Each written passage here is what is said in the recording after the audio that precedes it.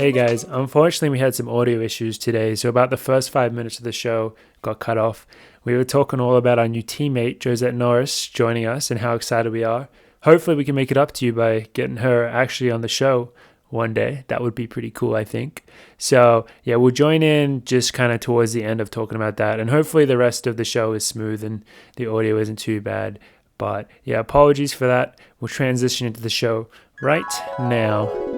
It's a situation she was definitely looking for, I think, which is looking for a change from her previous sponsor and group. So it's nice to see that kind of fit into place as, like, you know, a fellow athlete. You always want to have the best situation, so she's definitely got that. And hopefully we'll get her on soon. Citrus Mag stole that from us. They've also stole something else that Chiqui Chavez sent me. It's a bit off topic, but he got Mike Smith on the podcast, and he sent me a message from Australia. Probably the most depressing message I've ever seen. He's already got Josette Norris. He's got Mike Smith. He's just one step ahead, Chiqui Chavez. Didn't we have a deal? No, or was it Jakob? No, we said we were. I think we said when he was on that we were going to race to get Mike Smith. Yeah. And he got him. I think so. He got him because he sent me a screenshot of them talking to Mike Smith, and I was so upset. So now we have to get Jakob Ingebrigtsen. Yeah, we're still racing to get Jakob on. Yeah, we got to get Jakob on the pod somehow. If we're at a meet or a Diamond League and he's there, like, I'm just going to get to my knees and even beg. if the podcast is 30 seconds. Yeah, honestly, I get to my knees and beg and say, hey, mate, I just want you to sit there, go on your phone, and we can say that we've had you on the podcast. Yeah. Or like he's getting a massage or something, getting treatment. So anyway, yeah. So do we think Chavez. Josette was a well-kept secret in the running world, or not? On's not very good at keeping secrets. Like, our group wasn't kept secret pretty well. I think people would have... There would have been whispers for sure. I mean, she went on a few visits, I think, to check out a few teams. And in general, like, people hear things in the rumor mill in the running world, particularly the professional running world. So, in general, like, I'd say people would know, like, early on, but they can't confirm it until obviously it's official. Like, the one thing that I know about the running world, just looking at it, is that you usually know things before they happen, and if you know things and they don't ferment, then you're like, okay, that was just a lot of rubbish. Is that a bad word? No, that was great. It's actually really good. That's a really good word. And then sometimes you hear these rumors and you're thinking, oh, you know, maybe, and then all of a sudden you see it official. I think Josette's announcement was similar to that. Like, she's looking at a few groups, people are saying she's going here, she's going there, but no, she goes on. So she goes on. Nah, that's terrible. I thought I nailed that. Ollie's on right now. You nailed it with for men. You took a dive after that. Yeah. No, I was thinking I was trying to pull off a great dive, and I just had a bad splash. But I'm excited to have Robbie around too. Mm-hmm. I feel like in college and in the early years, I feel like I looked up to him a bit. He was fun. He was fun to watch racing. Yeah, because he did he was the textbook George before textbook George existed. Yeah, he was. His NCAA 800 Amazing. From the back is like one of the best 800s on YouTube. Yeah, everyone should check that out because I used to also watch that one a lot. Yeah. Fucking ridiculous how far back he comes from to win that title. And he's so little. Yeah. Against racing Charles Jock, I think. Charles Jock, yeah. Who's like a giant. Great video. So he's a very good presence. Anyone that in the running world that knows Robbie knows that he always has a big smile, brings great energy. So it is very cool to have those guys on the team and just keep growing the family that is the OAC. So yeah, it's been all good over here, just getting back into things. But one other thing about the OAC, just to continue to jerk ourselves off for a little bit, is recently the top 10 list came out for Track and Field News, which I don't know if at one point Track and Field News was like a big magazine.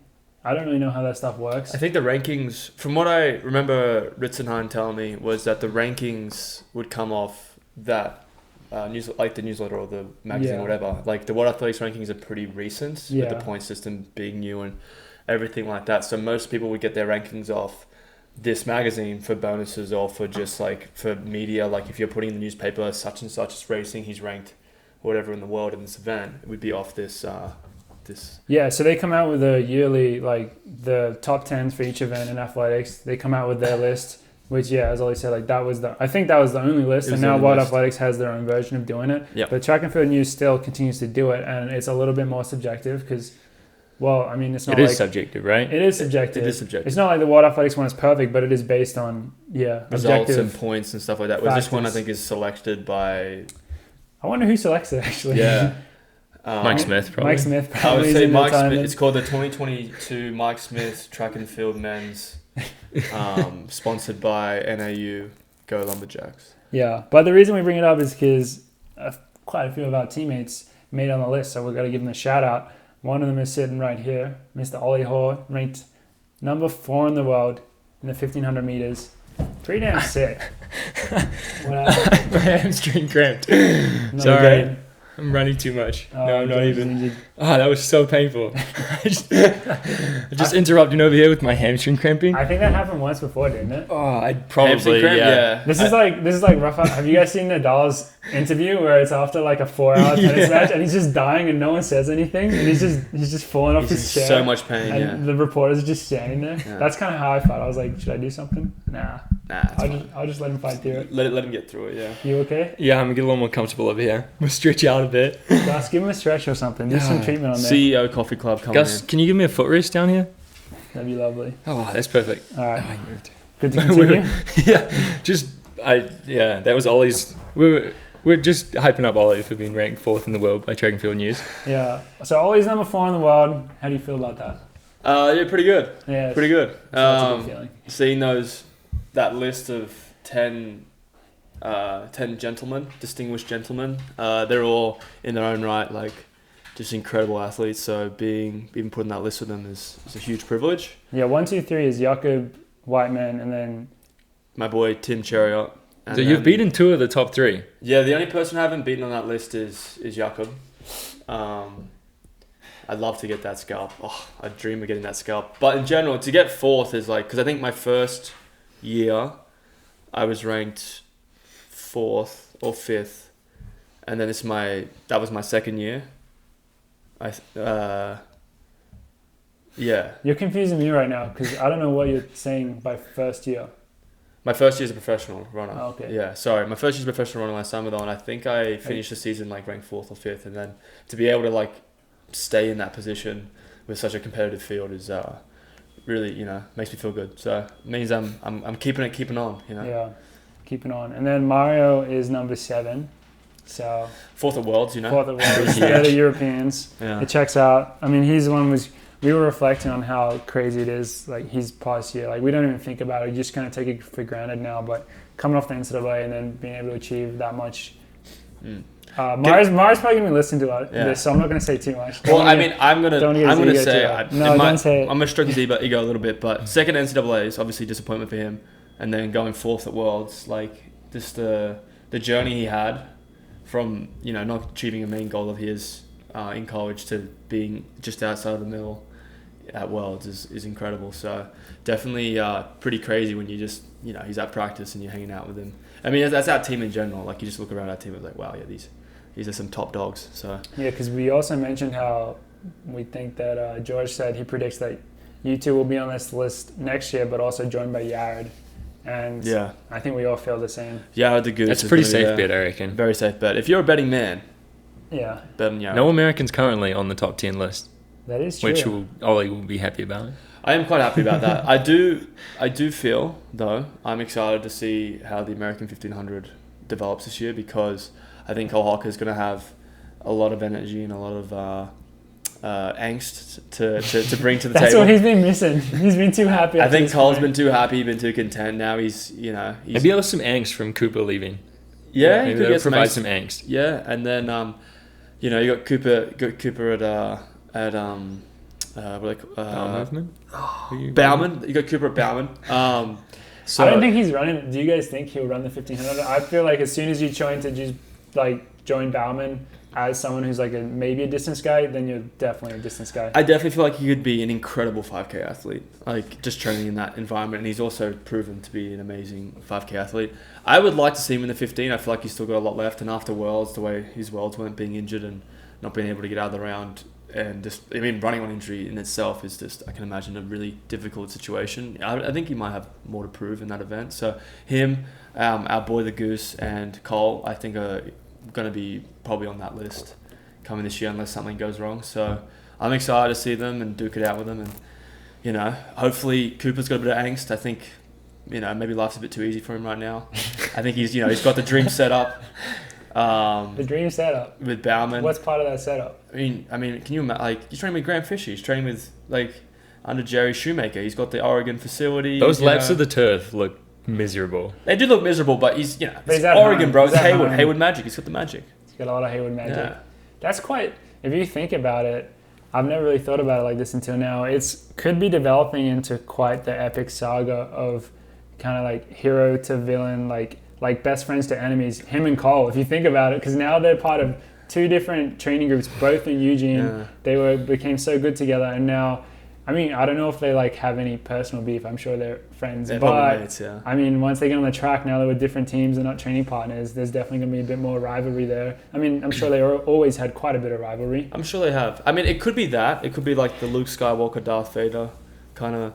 Slightly different because one's not the other one's father. Yeah. But then there's also the Romeo and Juliet factor where, you have the two separate families and now they're they're kind of under the same umbrella, but they're these two separate families, the Romeo and Juliet kind of saga between the two of them. So it'd be interesting to see how they interact at meets, and because, they're both kind of from the same family, but kind of not. Yeah. If there was a track reality show thing, they should definitely work some beef into there that doesn't exist. Oh, 100%. They do exactly what you do with Drive to Survive. Like, just create like out of context stuff to stir the pot, and he said this, she said this, or that sort of stuff. But it's just a tip for whoever's making that. But this is the thing: you have those two, and then you just have Yared, the chillest dude ever, just walking Gives in. no fucks. He's a walking around 327 guy, who's just like, okay, I'll do it. He's chilling. He's gonna be crushing it. I'm really excited to see how Yared does. But yeah, no, I think there are going to be some Americans on that list this coming year. This year. Who else from the teams on this list? So in the 10K, men's 10K, we have Joe Clucker coming in at 9th, which is pretty crazy. I mean, if you look at that list. I've never heard of that dude in my whole life. Stanley. Yeah, I haven't heard of a lot of these people, to be honest. It just made me realize how little attention I pay. But, I mean, obviously, I'm sure these guys probably know more than us. I'm sure whoever made this list. Look at this list, though. Just look of countries. People know that distance events, particularly 10,000, very, very heavily African dominated. Listen to this list, though: Uganda, Kenya, Ethiopia, US, Canada, Ethiopia, Kenya, US, Ethiopia. So having two US athletes in the mix there at 10,000 meters, that's pretty. Yeah. And then obviously Melmed. That's Grant Fisher's at number 5 as well in the 10K. I honestly, that's a bit of a 5th, I guess. Man, I thought he'd be higher than that. So Grant is 5th in the 10K, 4th in the 5K. Okay. Those events are so stacked. I think when you look at it, I think you could probably put Grant higher. But also, if you're ranking Grant 4th or 5th, then you're also still saying this guy can go medal. Yeah. And I think that's pretty accurate. Yeah. So 100%. But yeah, even looking at that list and just all those names, it makes me very proud to be Joe's teammate, because we all know how hard Joe works, and he definitely has proven himself, making the US Olympic team and winning the US 10K championships to be a formidable run on the track, and it's really exciting to see him get that recognition in a top 10 ranking. Yeah, I mean, he earned that ranking by winning USAs. That probably did so much for him, and then also doing well at Worlds. Yeah. The 10K is very weird if you think about it, because how many 10Ks on the track did each of these people run in a year? Probably 1 or 2. I doubt anyone of them raced more than 2, maybe 3. 3 to get the standard Worlds, and then maybe another one, maybe pre had a 10K, didn't it? I don't know. Well, that was the US. It was the US championship. Yeah, that was champs. Okay, Joe only ran 2. Yeah. Joe ran USAs in Worlds. So it's so he had hard. the standard, right? Yeah. So it's the 10K on the track is a very tough one to rank. It is, yeah. Because you can really just go off Worlds mostly. But, I mean, the 5K list, Jakob's number 1. The 5K list looks essentially what you would think it would. And then moving on to some of our other teammates, that was everyone on the men's, I think, right? Mm-hmm. And then on the women's, we have Sage, number 10 in the 800, which is pretty sick, because if you look at the women's list, it is such a crazy group of names to crack into. And especially coming off, Sage didn't qualify for the Worlds, but then to still be ranked in the top 10. Yeah, she's still the 4th American on this list at 10th, which is insane. Yeah. I mean, I think Mo is number 1, as you would expect, and then Keely ranked 3rd. But now they have a world champ, so 4 people will go to Worlds this year. Oh, right? Yeah. I think that's how it works. Yeah. So that's nice. That's a game changer. Dude, Keely Hodgkinson ranked third. That's actually... Well, so Mary, I don't know how to say Mora. Yeah, she won Com Games. And also she ran so crazy good. I don't know. She did. I forgot Didn't she about beat that. Keely at the end of the season? Keely win the didn't have Diamond a League good too. Diamond League final. Yeah. No, did she win the Diamond I think she League won Com Games and Diamond League final. Against Keely in both of them? Keely had a bad Diamond League final. I remember that. Because Keely would have been at Com Games, right? She got second. So that makes sense. I remember she won Europeans though. Keely did? Yeah, that was the one she won. She was second, and then won Europeans, and then I think Diamond League final she struggled. Because Sage almost got her, I think, in that race. I remember watching it in the stands. Yeah. So, I mean, yeah, crazy. I mean, the 800 women's so... We've been through it, so stacked. Yeah. Sage 10th, like... Cool, but yeah, just to highlight Sage, she came into the season, hadn't broken 2 minutes, and then she ends up ranked 10th in the world. So third in Diamond League final. Pretty damn amazing. So good job to Sage. And then I believe the final member of our team, apart from Helen O'Beary, Helen O'Beary is number 2 in the 10K. But then the other member of our team, Alicia Monson, she is 10th in the 5K, which is pretty sick. These women's lists are all so crazy when you look at all the names, but I think Alicia being ranked in the 5K is very well warranted based on how fast she ran in the 5K last year. And then also, I think probably they put her up, because she didn't race the 5K at Worlds, so maybe you would have been like, yeah, how do you get on that list? But then her performance in the 3K at the Diamond League at Lausanne was like one of the craziest races to watch last year. She ran 8:26, so fast for a female. What's the American record? I can't be much faster. It was like 8:24 or something. And then it was very close. Yeah. Who has that record? It's probably Carissa or Shelbo. I think it's the girl from like the 80s. I think they have the indoor one. It's Who would it be? Slaney? Mary? Is it Mary Decker? No. We might have to do some research on this one and just confirm. We may as well. Now we're here. It's But so I mean, Alicia, she ran 8:26, and if you watch that race, I would recommend everyone go watch that because the way that she ran it was so impressive. She put the hurt on some of the best women distance runners in the world. Yeah, she was like legit dropping them, running from the front, and she just kept going. It is Mary Slaney, Athletics West. 1985. Mary Slaney. That's Mary going to be Decker. the same person. That probably is the same person. She must have got married in about 1984. So the next year she was Mary Slaney. So she was only 1 second away. Yeah. Athletics West also known for doing some shady stuff. So yeah, they are. Shout out to them. Good to know. It was the 80s though. Yeah, I guess everyone was doing Come on, it's the 80s. it's fine. Do you think that's what people are going to say about like the 2000s with like the EPL era? Yeah. It was the 2000s. Everyone was, I mean, that's what like Lance Armstrong says essentially, I guess. Everyone was doing it. Everyone was cheating. Come on. It was the 20s. It was the time.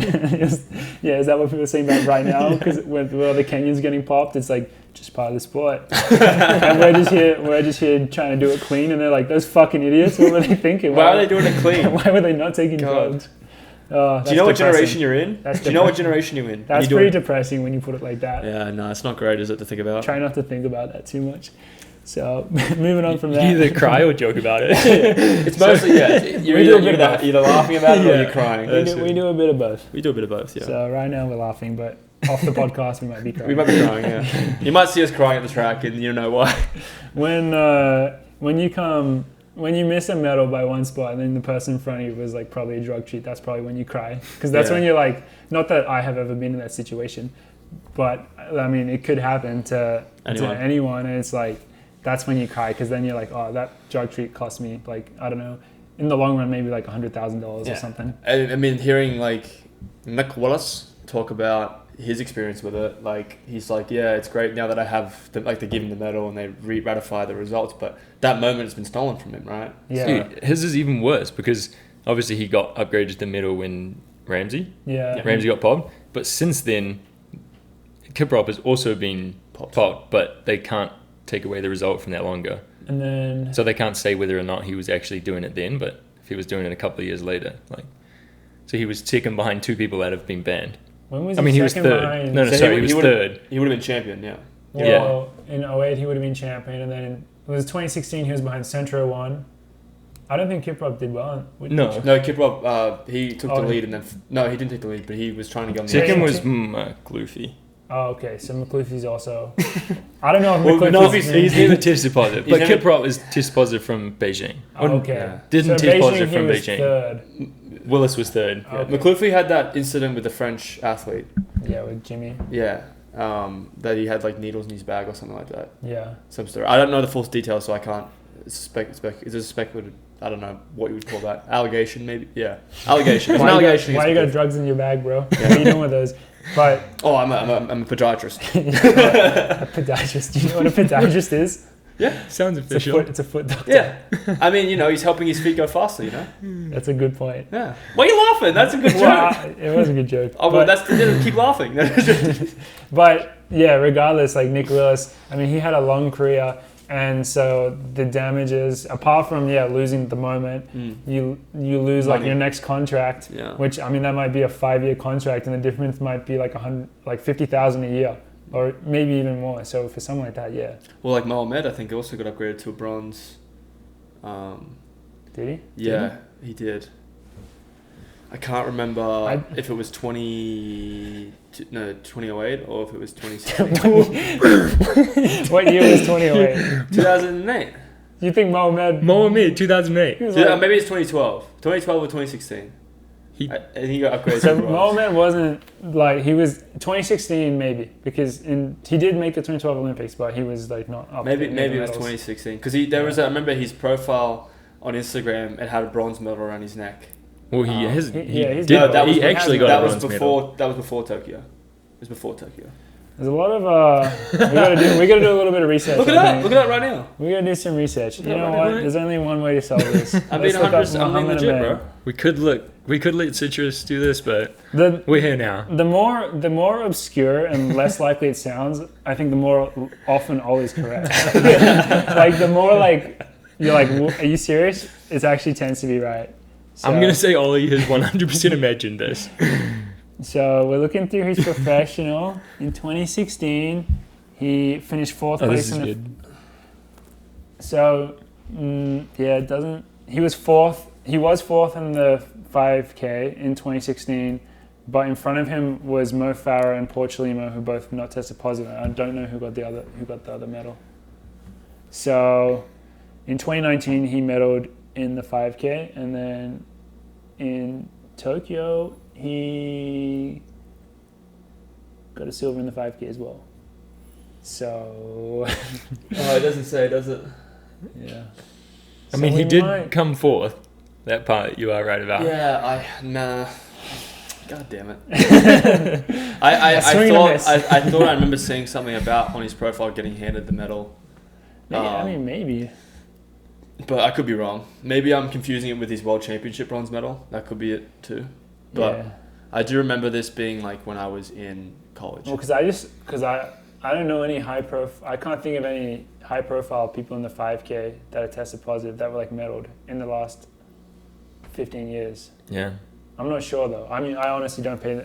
I forget about this stuff. Well, we'll just leave that to Citrus Mag. We'll leave it to the experts. This is what happens when we try to say facts. We look like idiots. So this it's all part of our charm, isn't it? Yeah. It's all part of our charm. Spend half the time on Wikipedia. This is why we don't do this. Yeah. So we'll leave. This is why we don't stick to the facts. We'll leave it to the professionals, Chicky Chavez and Citrus Mag. Yeah. So it was a good try. 2023, we tried to go more factual. It didn't work. We're going back to our roots. New Year resolution just failed straight there. Talking shit. But so that's our little spiel on the top 10 list. Shout out to all our teammates, our congratulations friends that made it. Ollie right here, number 4th in the world for the 1500. Should not be taken for granted. I think we often take it for granted, and I think that we shouldn't take it for granted. I take it for granted. So just want to bring it up. Let's just see where Josh Kerr is. He's at number 8. That's easy maths. Probably not right there. Yeah, whatever Ollie is, it's probably double it. That's fine. Well, I mean, yeah. Ollie 4th, Josh 8th. That's a higher number, so... Well, Josh, I remember Josh, what was it? Was it Whoop? It was a Whoop. It was Milrose Games. Milrose Games, I said I classed him, and he used to roasted me about that, saying like, that I sold out to Whoop. Yeah. But then now all I see on his profile is like he's got this Oakley deal. He's like doing these food stuff. So he's now joined my group, and I feel pretty proud about that. And also, he said that I never won a global medal, and I have now. So we're getting closer and closer together. You know, we're starting to become one. Becoming the same person. Becoming the same person. Me and Josh. I did tell Ollie or the boys before. So Sit and Kick, they posted on their story that they're recording another episode, and Josh was wearing the Oakley glasses, but the same ones Ollie wears, and I couldn't even tell them apart. Yeah, we look the same. They're just becoming the exact same person. I can't wait till the commentator, like, we're in a race and they just can't tell who's who, even though we're wearing different jerseys, you know? Yeah. It's like, oh, I didn't know Josh Kerr went to the Australian team.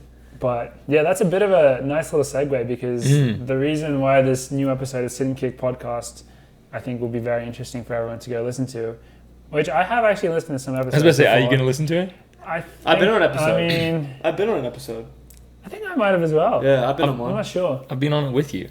Yeah. Wait, you guys did the team one. We did the team one. Wait, was it with? Yeah, it was all the boys. With Carlos and Kliger.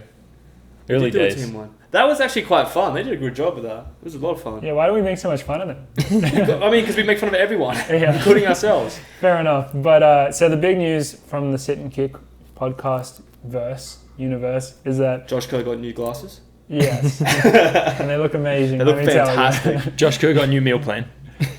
Yeah, the meal plan. No, he's on the same meal plan. He's still on the Scottish what's it called? Haggis diet. Still kicking, still looking thriving. strong. Yeah. But no, so David Ribich, Ribich, made a big move. I don't know if you guys saw it. Moved from Brooks Beasts to the United Arab Emirates track United club. Airlines. United Airlines, club, UAC, moving from Brooks to Nike. Good guys to the bad guys, to put it in layman terms. Anakin Skywalker. He's gone bad. He's gone evil. Bad. He's joined the dark side. No, we kid. Everyone's fine, apart from those that take drugs.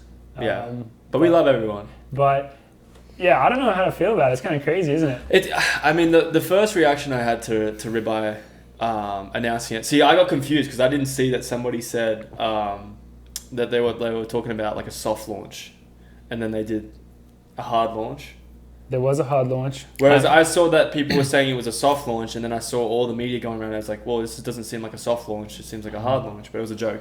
So I missed the joke, and I'm missing the joke. So Ollie's talking about something that happened in the long run, and I just know that, like, George, you weren't there, and, and none of our listeners were there either, so they're not going to understand what you're talking about at all. Ollie was complaining about the fact that they were so the way that they announced David Ribich is they did like a big post on one day, but on the days leading up to it, they hadn't been like super shy about like having him kind of in the background of posts. Who's they? UAC, like Instagram. The Instagram page. I don't follow their Instagram, so that's probably neither do I. So they'd been like, if you were following it, like you would have already known. And I think they did some takeover, and it was clear that if you like have seen David's content before, that he was the one kind of doing the takeover. Right. You could tell he was already there. So that was the soft launch, and then they did the hard launch, and then I think Ollie had missed the hard launch. But then he had seen on social media people talking about them doing a soft launch. So then he came to practice the next day and was like, what the fuck are these guys talking about doing a soft launch? Like, that's like, that's not a soft launch. It seemed pretty hard to me. That seems like a hard launch. And then I was like, no, this is what happened. Okay, good explanation. So that's pretty much when I heard about the, when I saw the hard launch thinking it was a soft launch, but it was the hard launch, I honestly felt pretty excited for him because knowing as a professional runner, like it's extremely hard to get those second deals, but it's also extremely hard to like find another situation that fits you and to get a deal with another brand. So to see Ribich, small school, big dreams author, to get there and get another deal with a brand and a new group and a new experience for him, it's definitely exciting to see. He crushed it, I think, what was it, 2 years ago? He had a really good season. He ran a really good 5K, I think 13:26. He ran 55 in the mile. Like he was putting up good times. Seemed to do really well, and I think he can definitely, hopefully, hit his potential with United Airlines Track Club. So it's really nice to see. Like I love seeing athletes being able to like get another deal with a different brand. I'm really happy for him. And then the other reaction I thought is, wow. I wonder if he ever talks shit about UAC and now that he's joined them. But I guess in his podcast, I don't listen to that much. But I wonder if he ever talked shit about Nike or anything like that. And then just joined Nike. Probably did. Because I feel like, because you can imagine with us, like, we obviously love to have a bit of tossing around with the brands, giving them a bit of spiel. But imagine if one of us has joined a brand that we made fun of. Like, imagine if I joined UAC. The thing is, like, it'd be hilarious. Like, I know it can still happen. It'd be hilarious though, because like all the content that we've produced about making fun of their name because it's oddly similar to another name of another team. It's just funny because that's just the way. Like the running community is so small. But very excited for Ribeye and hoping he's crushing it with UAC. So sit and kick are staying together. Well, they were always kind of apart because Josh lives in Albuquerque and Ribich was in Seattle. So I think they mostly do their podcasts online. I don't know if they do a lot in person. Yeah. I think it's mostly remote. And they seem to be pretty close mates. They're starting their new season. Make sure you guys check it out. It's on Disney Plus. Sit and Kick season 3. Big deal. They started to Disney Plus. They ended on a cliffhanger. I don't know what's coming next, but excited to see this new season. Where's United? Are they in Portland still? They're a bit everywhere. They're a bit Texas, bit of Florida. They're global. Oh, UAC Global? They're UAC Global. UAC Global. That makes sense. They're a bit everywhere. They're in Florida, they're in Texas, they're in Portland, they're in Denver, they're in pretty California. united. They're pretty... I mean, yeah, they're united in that they're in the United States of America. But other than that... Mostly, yeah. Sometimes Australia. Sometimes Australia, yeah. Well yeah. Sometimes Australia. But yeah, I mean... I don't know, that group, it is hard to keep up with, like, what they're doing in terms of training. Like, you follow our Stravas, like, we're all here in Boulder running together. Them, I don't follow them on Strava, but like, it's like, I think if you followed their Strava, it'd be like, what are they all doing? I think they're actually all in Phoenix at the moment. I might be wrong in that, but they tend to go to Phoenix this time of year, so I think they are actually probably pretty united at the moment. But I just want to say, in my reaction, is very similar to Ollie's, that I think we have a lot of empathy for professional runners in terms of just like continuing going, having a contract, making it work type deal. And so to see someone able to keep it going, very happy for them. Especially, I think Ribich would be the first to say that he hasn't like achieved all his goals, like not even close, you know. Yeah. So I hope that this new setup allows him to just kind of get, I don't want to sound cliche, like get that spark or whatever, but just like continue to improve so he can achieve his goals. Because I love David. Like we've been together for races and stuff, and I love spending time with him. So I hope him nothing but success. So, likewise, I can't wait to see him run 142. Yeah, with Donovan. I was gonna say, imagine if he just goes to full 800 pure speed, like just one of the best 800 runners. I mean, so hopefully that's how it goes. Yeah. Hopefully the training and everything, and his life is good, and all that. Nothing but the best for him. Yeah, excited for his journey. I wonder how it's affecting Josh. Probably a lot. He's probably heartbroken. Yeah.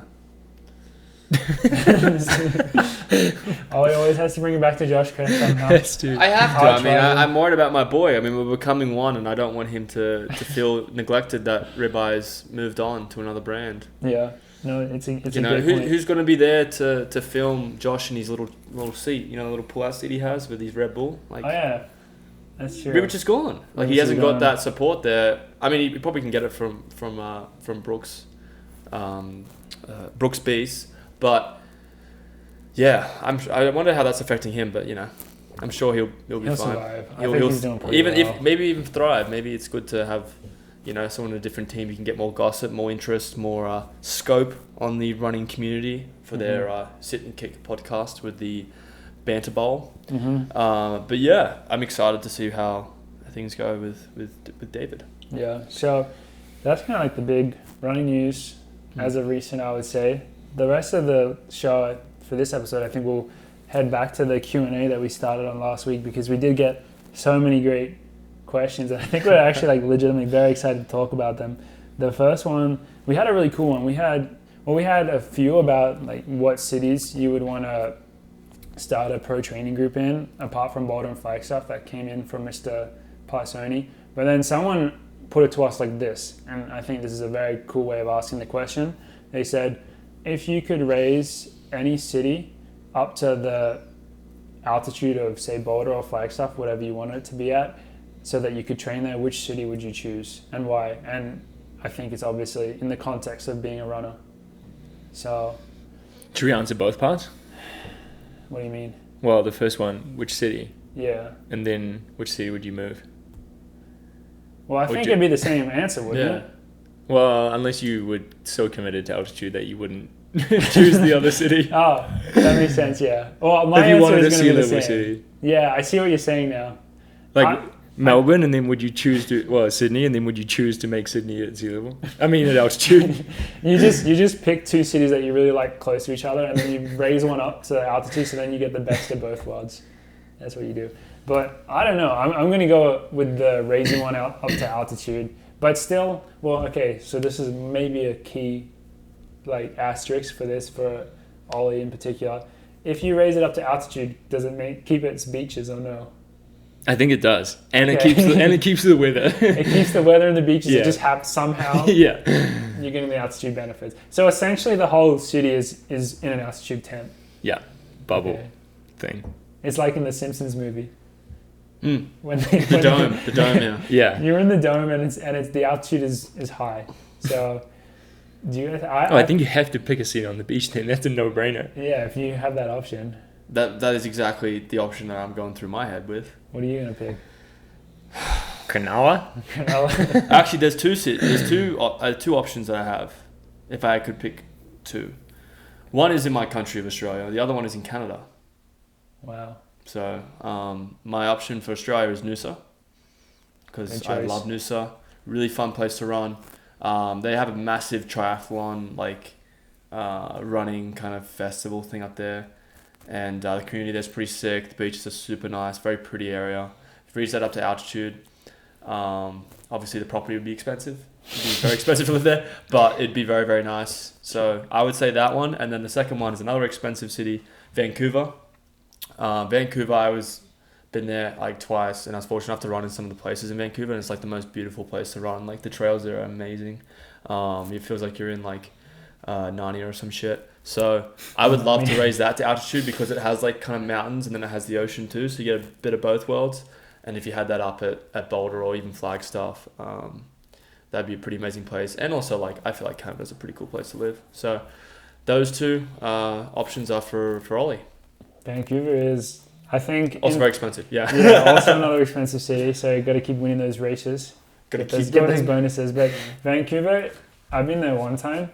It is, I think, what I would classify as like the nicest city I've ever been to in terms of just like the grass was so green, like the prettiest, clean air, nice views. I think it's like very developed now. So I think it is there's probably, if you actually live there, there's probably a lot of difficulties with how expensive it is and all that. Yeah. But man, when I was there, it was just so beautiful. Running was great. I swear the amount of nice cars that I saw there was unreal. Like these Rolls Royces and all that. Like imagine seeing Yared's car like every day, like multiple of them just everywhere. Yeah. For those who don't know what Ollie's talking about, little Easter egg. Yared just bought a new car. He did. Are we going to tell him what it is? He bought a yellow electric Mustang. Yeah. And he drove it to practice this morning, first time I'm seeing it, and I kid you not, it was probably a highlight of my year so far. Of my year so far. I mean, I'm sure I'm going to see him a lot more in that car, driving around, just looking cool. But it's a very cool car, so excited for Yared with his new journey with his baby. You've said journey a lot today. You've said I'm excited for this person's journey, I think 3 times now. Yeah. I'm excited for everyone's It's journey. all about the journey for Ollie Ollie's today. spreading so much positivity today. No, the reason why I'm thinking of journey is because I've been on a plane for a long, we all have, so I'm thinking about journey a lot. But in general, like Vancouver is just like, it's just so beautiful there. Have you been, George, to Vancouver? Never been. That'd be because like you can do everything there. Like you can, I don't know how nice the beaches are in terms of like actual beaches. I've been to, I think it's White Rock. I've been to a couple. I've been like 2 beaches there, and they're pretty nice. But there's only one place you can kind of surf. Yeah. And you'd have to like wear it's pretty cold up there, so you'd have to wear a pretty big steamer, pretty thick steamer. You probably have to wear booties, but you can still surf up there. It'd be pretty nice. But Noosa would be my number 1 pick because Australia. So yeah. What do you got, Georgie? This has been tough, actually. Been racking my brain. I didn't think it'd be tough for you. I thought you'd just say New Zealand. Just the farm. Just the farm. Just the farm. All New Zealand. Just raise all of New Zealand up. Yeah. Where I live would be nice at altitude. Yeah. You train with Sam Tina. Where he lives would be pretty nice altitude too. Where does he live? He lives in Mount Maunganui. Mount Maunganui. That's North Island? North Island. North Island, lovely. Yeah.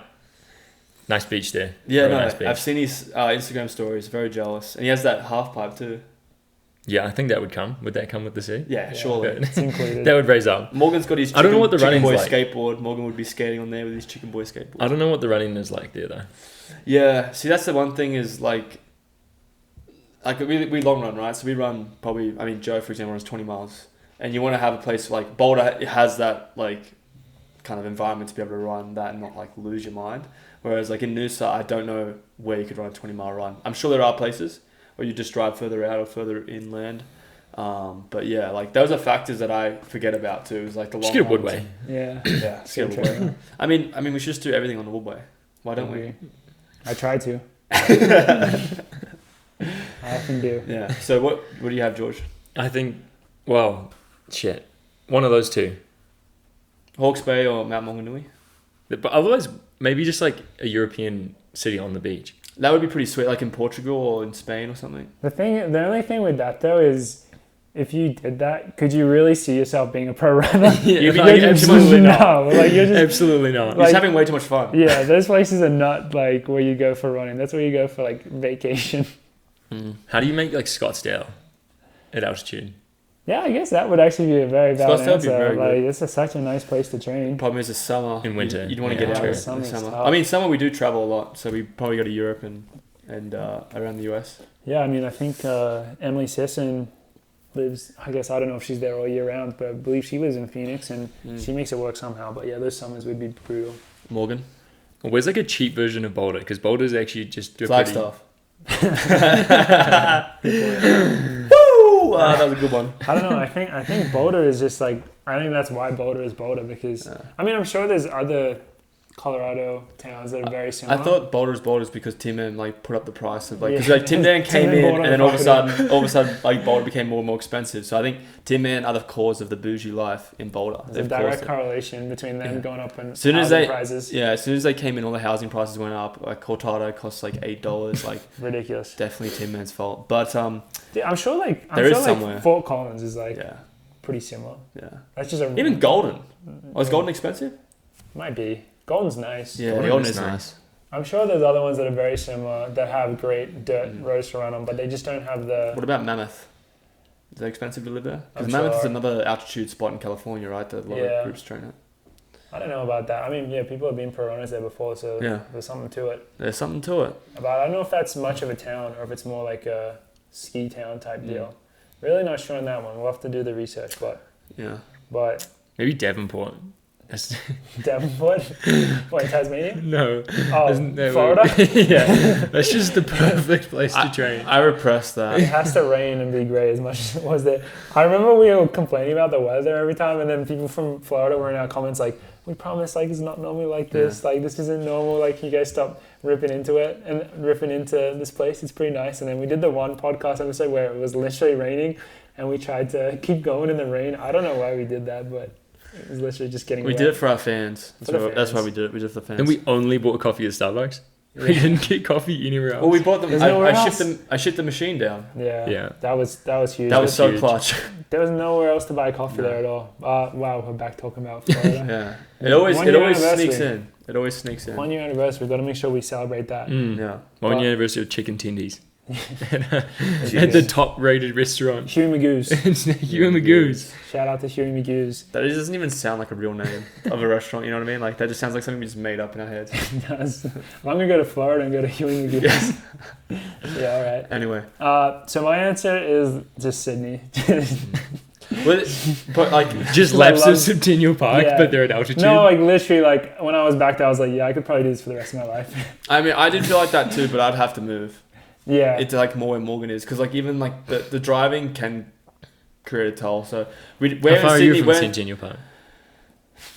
Long way. It must be like 40 minutes. 40 to 50 minutes depending on traffic. Yeah, it could be really bad if the traffic is bad. Whereas I'm just so lucky that where my house is 5 or 10 minute jog So- from the park. So like so Sydney would be your base, but like where like okay, so we have a team, right? We have a team, and then Dathan's like, okay, you're gonna get rent or you're gonna buy a property in Sydney. We're gonna train here. It's at altitude near the beaches. Where exactly would you want the team base? Like Literally like in my house. Vanwick. Yeah, literally. Because Literally. I mean, where Coogee. live. How far away is Coogee? It's like the suburb next over. Yeah, so like pretty much close to the beach. You're at altitude. Centennial's like what 5-10 minute. Yeah, you got ES Marks track there. Yeah. Everything that you need.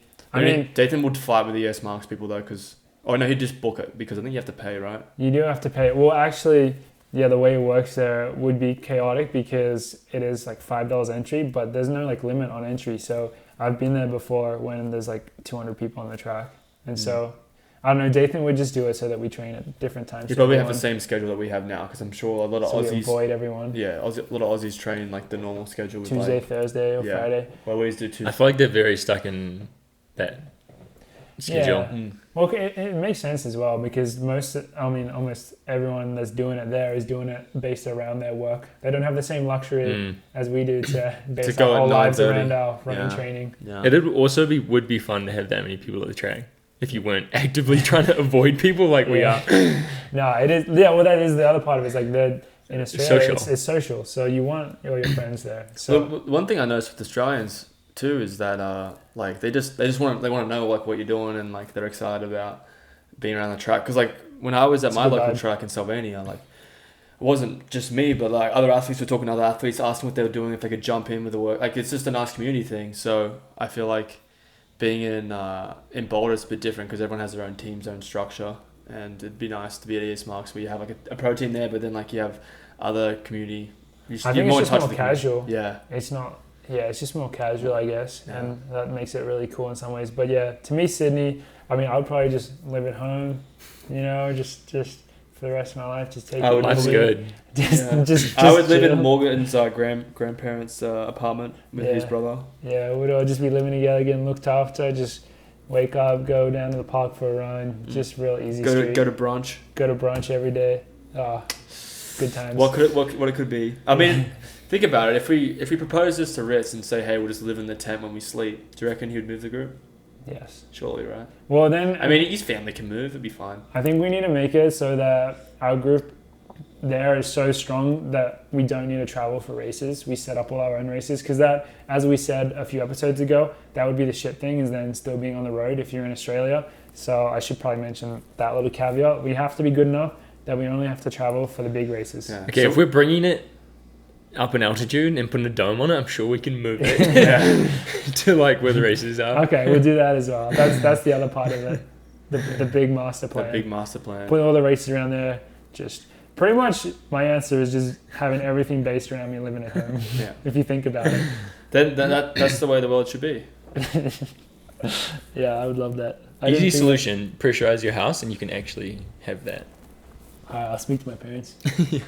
Your mum would be 100% down. Your mum would actually hate that. Consider it. She'd consider it. Your dad would hate it, but your mum would be like, guys, just think about it. Think about all the possibilities.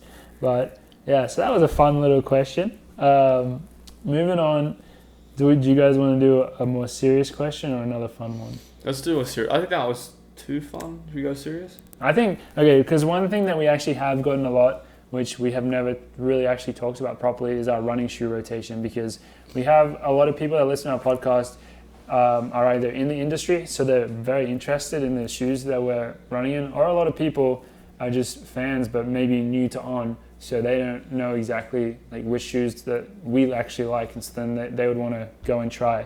So I think we should talk about that. So, I mean, and we're all pretty much on the same page, but do we want to just go down the line and say, like... Shoe rotation, let's do it. Yeah, just in a week, like, what shoes are we wearing? Monday. What day is it today? For Ollie, I wear the Monsters, all white. Cloud Monsters. Cloud Monsters, and then I'm really loving this new shoe that's not out yet, that I don't know if I can say what it's called, but it's like similar to a Monster, but it's got really good cushion, and it's like a mid shoe between the Monster and the Cloud X. I think if it starts with S, I think you're allowed to talk about that one. Oh, it's the Cloud Surfer? Yeah, I think that's legit, I think. Okay. It's not out yet. No, I think it comes out in March. Oh, that's what I heard. But the Cloud Surfer and the Cloud Monster I really love. What are you doing in each one, though? So, like, they're quite different. What am I doing, like, running-wise? Yeah. Like, why would you choose one for a certain running, like, 6:30s. No. So that was a joke. I run. So like long runs, for example, I'll probably wear Monsters or Hyper Monsters. When like regular 10-mile runs or doubles, I'd like to wear the Surfers.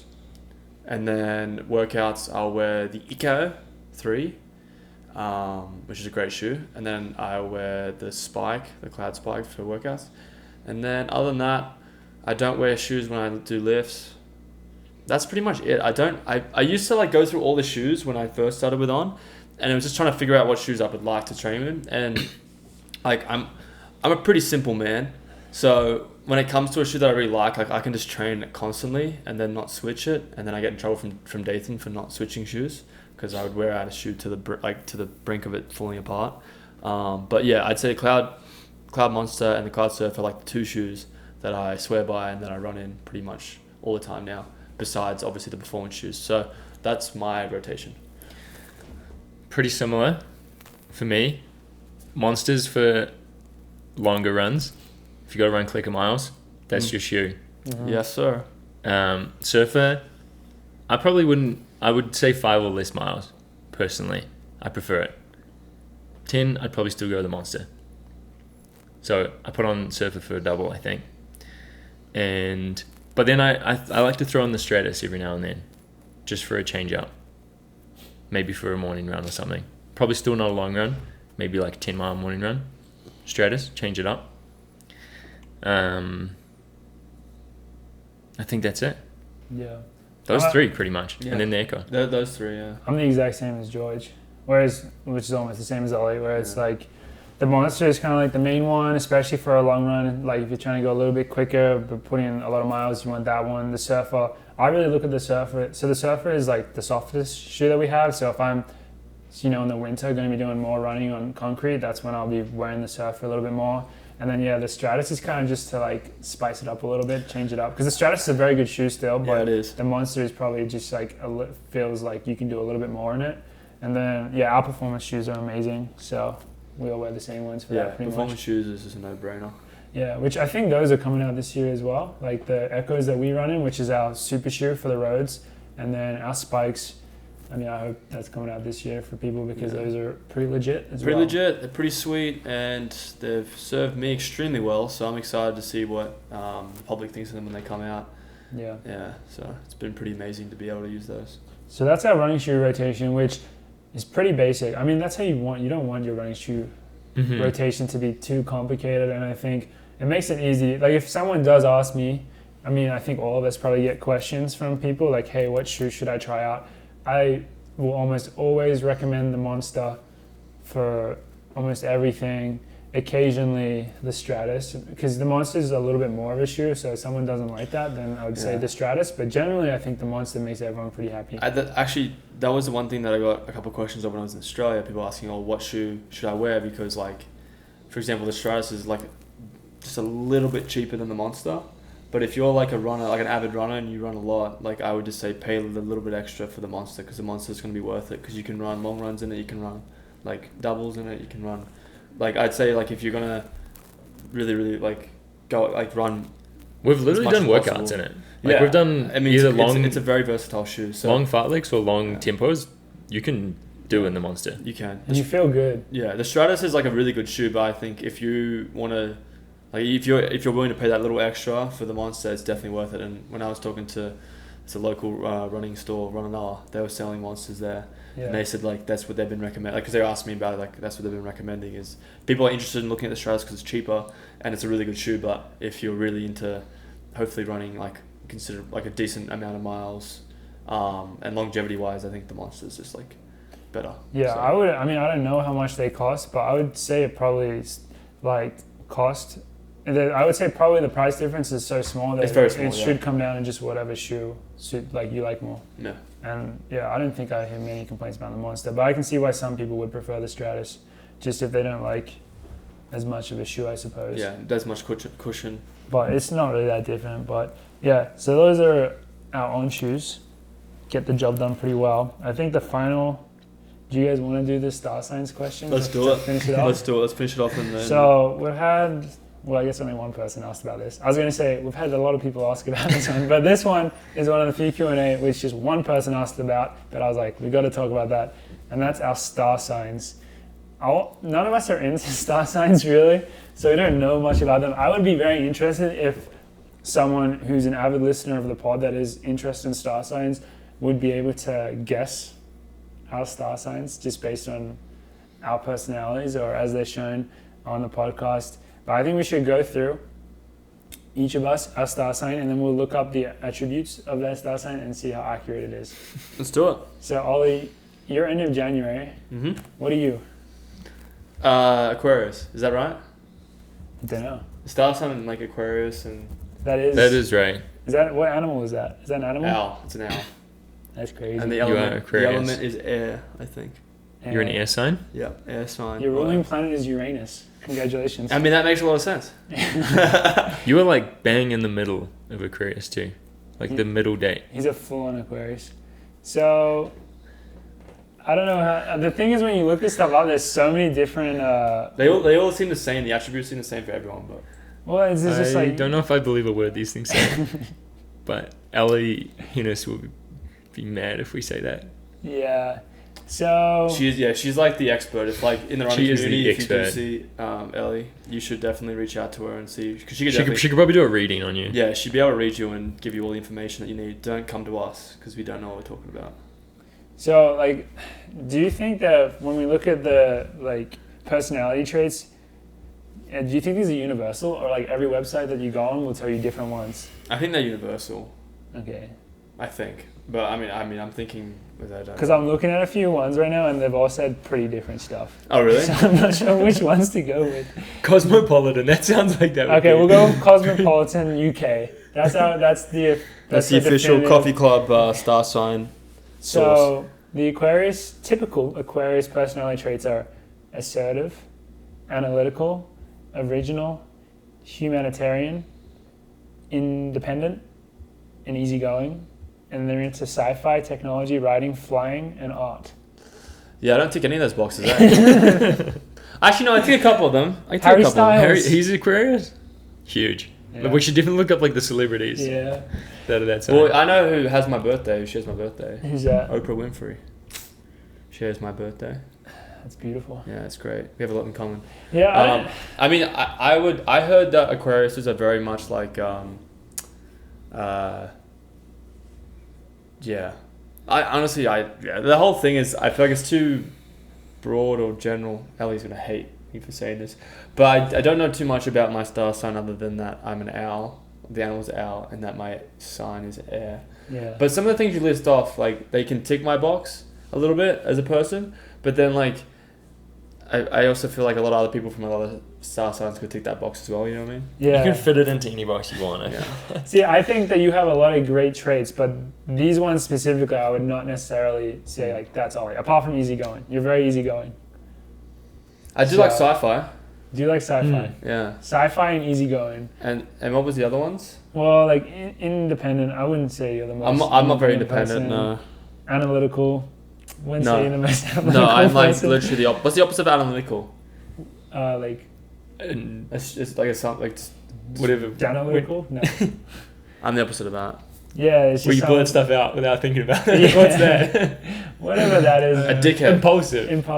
Maybe impulsive. I'm impulsive. Yeah, I don't know. I don't know if it's Cosmopolitan or whoever's doing this stuff, but I'm sorry, guys. You guys messed up on this one for Ollie. So, I don't know. Maybe we're not doing it. Maybe someone's going to comment and tell us like that we're not doing it correctly and that Let me look up Aquarius. There's the different ones. What? Next. What are you, George? I'm the second day of Scorpio. Scorpio. I'm an early Scorpio. The bad guys. It sounds evil, huh? It does. I think it's a cool animal, just being like the Scorpio. Yeah. Scorpion, I mean. Leonardo DiCaprio. Ooh. Okay, so George is passionate, persistent, strategic, loyal, fearlessly curious, and you're into meditating, climbing the career ladder, forming a cult, martial arts, and relationships. Honestly, that one matches George. Especially the forming a cult, the coffee club cult. That one. I think that matches George quite well. I just to update on mine, I did find another one that says personality. Complete opposite of Aquarius. What is it? Says quirky, unconventional, free-spirited, friendly, intellectual, charming, well-behaved. See, that's more. But that was like the opposite of what this said. And then I saw another one that says to be progressive, independent, intelligent, unique, and idealistic. So I feel like they just pick. They just like, make it up. An Aquarius person thinks about themselves, and then they just put that in there, Yeah. and then that's what an Aquarius is. This is what I. But the one for George, Ellie will that say actually that your sounds- moon and your sun is like just as important to like combine. but that's So that Then you sounds get very like then you George. get very complicated. So we're doing this in like one. This is like horoscopes 101. yeah, Like- no, not even. We're like But this sounds like George though. Yeah. When you read that out, I was like, yeah, persistent, passionate, strategic. Loyal. strategic George. Yeah, these are all curious. Yeah, Yeah. I think. I'm super into martial arts. Yeah, and that's the main one. That's the main one. Yeah. Whoa. Okay, this is actually what people want. Cosmopolitan, they share the turn-ons for Scorpio. This, I mean, you are on Cosmopolitan. I think that's like what this website is. So they hold. How is this a turn-on? They hold grudges forever. Doing something really super filthy. What the fuck? So Jenna, if you're listening, they like The ghost Alicia. walks, psychic nights, true crime podcast. Horror movies. That's the opposite of me. Yeah, I this is getting worse. refuse You to hate watch. that I shit. refuse to watch horror You movies. hate that shit. All right, this is getting worse. Maybe we need to. We're It was getting good before, but now it's just getting really Cosmo. off You've topic. lost it. Wait. Yeah. If you just Google like whatever, like Scorpio. Well, I think we have to do Cosmopolitan, because we did it for you. Yeah, I we think we have. have to do it for all of them. All right. And So then what's yours? maybe we'll have Taurus, to. the bull. I'm a Taurus. April 23rd is my birthday. So Oh, we didn't look at. Wait, who was my celebrity? Leo. you had Leonardo DiCaprio. I'm pretty happy with that. I can see that. It's pretty cool. So you're Leonardo DiCaprio. I'm Harry Styles. Morgan is. The Rock. Channing The Tatum. Rock. Channing Tatum and The Rock. A couple The of Rocks. couple of hunks. Perseverance, aesthetic, Yeah. I feel that. Tick 2 boxes there. patient, not very. Sensuous. Ooh, Yeah. chill. Chilled, zoned out sometimes. Yeah, I mean, again, those are a so little general. bit, but the Those are most. so general. They're like, Someone just looked up adjectives. like I mean, chilled. like, Like someone's chilled. Oh, thanks, I'm chilled, I guess. So you're chilled. I'm laid back, and you're What's another synonym for Relaxed. It's the exact same- Relaxed. Yeah, he's relaxed. It all makes sense.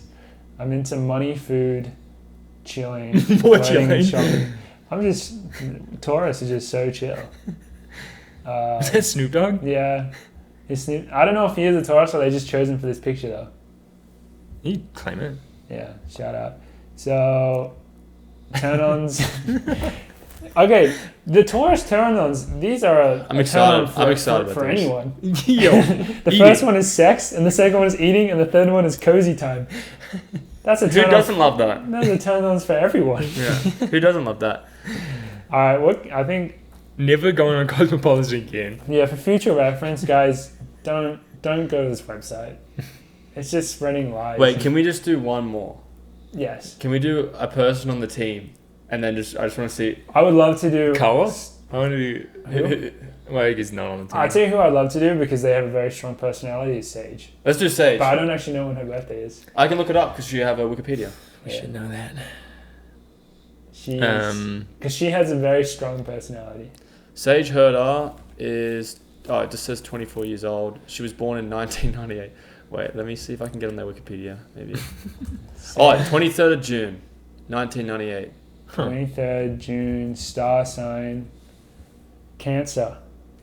She's just at the beginning of Cancer. Which Kardashian? That Khloe Kardashian.